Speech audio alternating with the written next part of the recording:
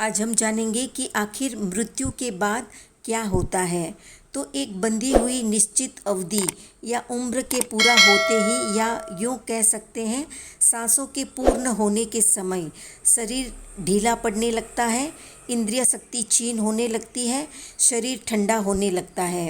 एक ही क्षण में आत्मा अपने दो साथी शरीर तेजस और कार्बन, जिनके साथ वो हर जन्म मरण में जुड़ी रहती है, उसकी सहायता से पूर्व कर्मों के आधार पर नया शरीर या नया चोला धारण कर लेती है।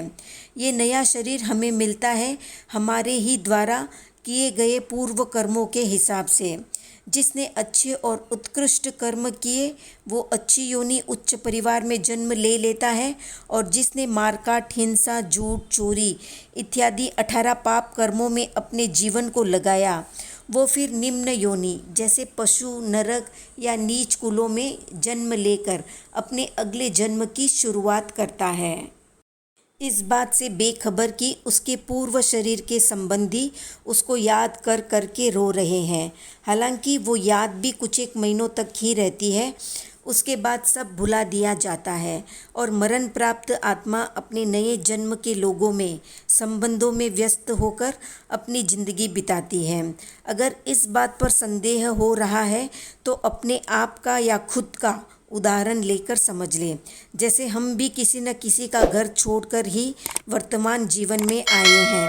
हमें याद करके भी हमारे पूर्व जन्म के लोग रोए होंगे, पर क्या हमें कुछ भी याद है? बिल्कुल नहीं है। ठीक इसी तरह जो यहाँ से मृत्यु को प्राप्त हो रहा है, वो भी अपने अगले जीवन में नए अपनों के साथ व्यस्त हो जाएंगे। जैसे फटे कपड़े को बदलकर हम नया वस्त्र धारण करते हैं, ठीक इसी प्रकार आत्मा नए नए वस्त्र रूपी शरीर धारण करती रहती है और भव भ्रमण करती रहती है। हर मृत्यु पर इसी तरह का रोना पीटना चलता रहता है, और फिर कुछ दिनों बाद सब अपने अपने कामों में व्यस्त हो जाते हैं और मृतक व्यक्ति को अतीत का हिस्सा समझकर भुला दिया जाता है। तो बस यही होता है मृत्यु के बाद। अगर इससे कुछ सबक सीखना चाहते हैं तो उस पद पर आ जाए जहाँ न जन्म होगा और न ही बार बार मृत्यु।